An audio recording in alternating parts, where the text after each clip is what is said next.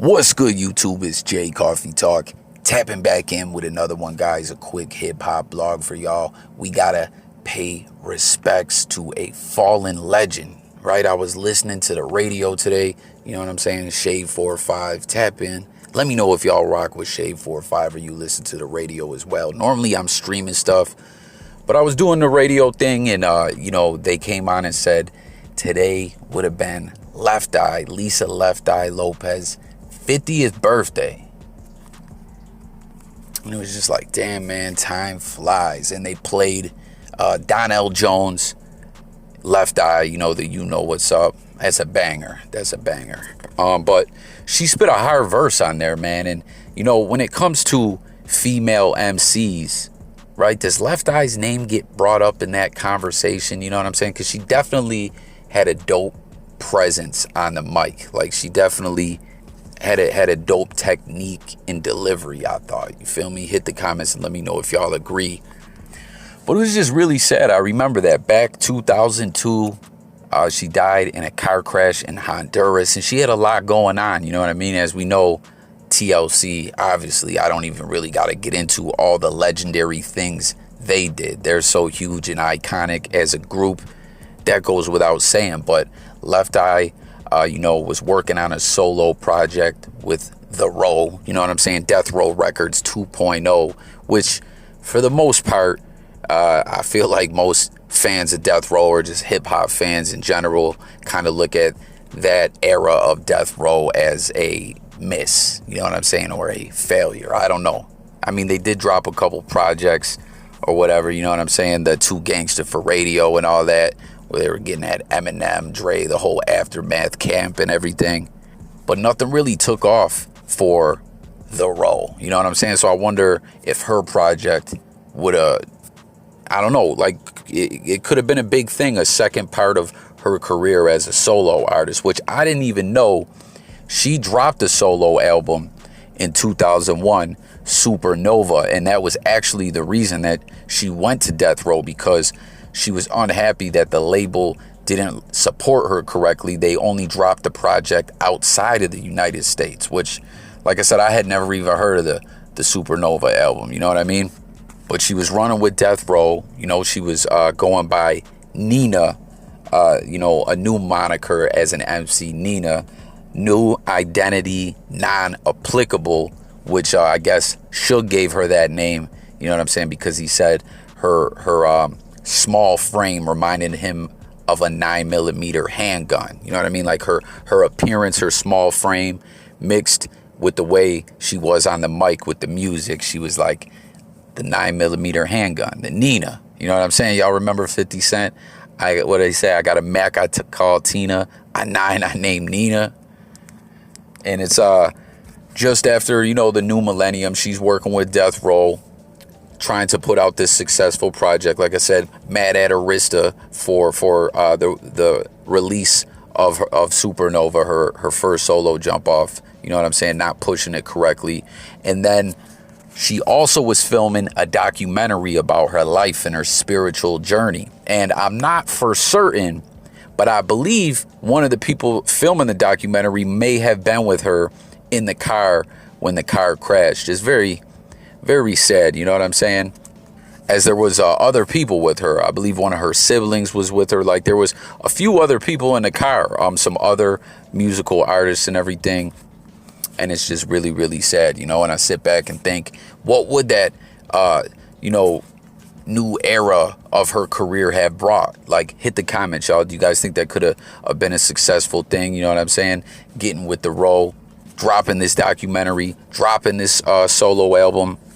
I mean, who knows? You know what I'm saying? Like I was just saying, that they couldn't really get nothing going. Like they couldn't find success with Crooked Eye, which is crazy. Like, I really hold Crooked Eye in high regards as an MC. And it's kind of wild too, because when Crooked Eye got with M, he said that Suge reached out to him and said, yo, congrats on signing with the white boy. You know what I mean? You were always about the bars and the lyrics, so it's a good fit for you. So it's kind of wild to hear that, you know what I'm saying? When we always hear about, how much Suge disliked Dre, Eminem, everyone, and always trying to put pressure on them. But, he saluted Crooked Eye for signing over there.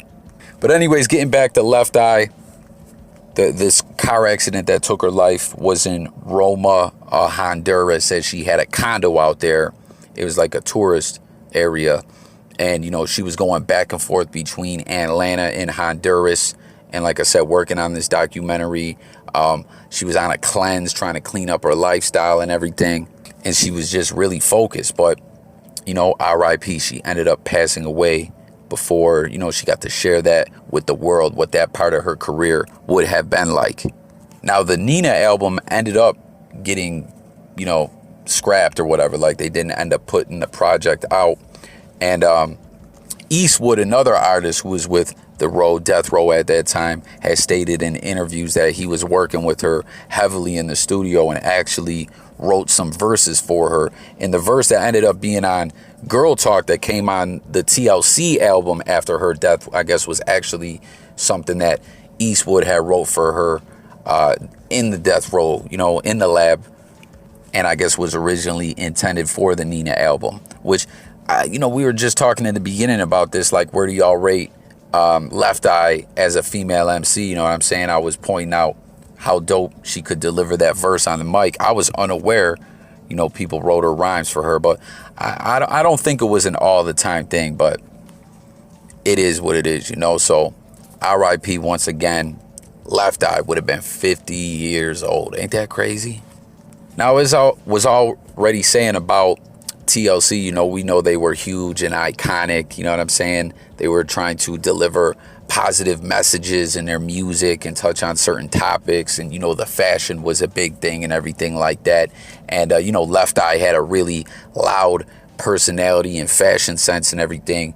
And, you know, she came from a military family where I guess her father was really strict and, you know, didn't always want the kids listening to the radio and everything like that. And I'm sure he probably, being very strict, wasn't cool, you know, with her going all out with the fashion and everything like that. So I'm sure that probably played a big part in when she got, you know, older and was on her own and got on the hip hop scene and everything. You know what I mean? I'm sure anyone else can attest to that who came from a strict family where you weren't really allowed to do you when it came to rocking what you wanted and different things like your interests or whatever. You know what I'm saying? When you get out there on your own, you're like, yo, I'm going hard. I'm doing me. And Left Eye did just that and went hard. Like, y'all remember when she burned down Andre Rison's crib? That was wild, man. You guys remember, too, when Andre Rison and Dion would get into it? You know what I'm saying? But peep it, we talk so much on the channel about different legal situations. You know what I mean? She really had a good attorney because it says she pled out to first-degree arson. And, you know, arson is a charge that people get slayed for a lot of the time. But she ended up getting 5 years probation, $10,000 fine, and had to go to some, like, alcohol counseling and everything like that. So her lawyer really did his thing on that. You know what I mean? And then the fact that with the alcohol counseling, you know, I'm guessing, you know, how it was being reported when she was, you know, working on that documentary and, you know, that Death Row album, and she was said to be on a cleanse and not drinking. I'm guessing, you know, maybe alcohol got her into some ish in her life, you know what I mean? May have indeed even had something to do with that arson. Be careful out there, all y'all who are, you know, drinking, going to parties and everything like that, going to clubs. I've said it on the channel a bunch of times, man. Alcohol, you know what I mean, definitely can make certain situations get wild. That's why I can't do it, man. I'm too old to be out there in the club, you know what I'm saying? You never know who you're around. People are drunk. Someone can get to wilding with the quickness. I'm good on that, you feel me? But yeah, man, very, very sad. You know, that Left Eye passed away so young at, I believe, the age of 30 years old back in '02. You know what I mean? With that second stage of her career ahead of her.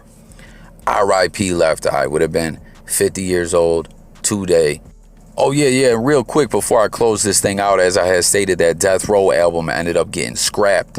I did not know this, that the project ended up dropping last year in 2020, all them years later, like 18 years later after her passing. It was just kind of like leaked out on a website. I believe it was a Death Row fan website. So hit the comments and let me know if y'all listen to that if y'all thought it was dope or whatever. I mean, I'm sure a lot of it was kind of stuff put together because she passed away in the midst of it, and the album did end up being, you know, stopped working on when it was incomplete. So I don't know if y'all heard that. Let me know your thoughts on it. And R.I.P. Left Eye. Let's discuss it all below in them comments. You know what I'm saying? Her career with TLC, all the things they accomplished, her as an MC, her time with Death Row. Let's break it all down in the comments. I'm out of here, guys. Make sure to sub to the channel. Hit that bell. R.I.P. Left Eye.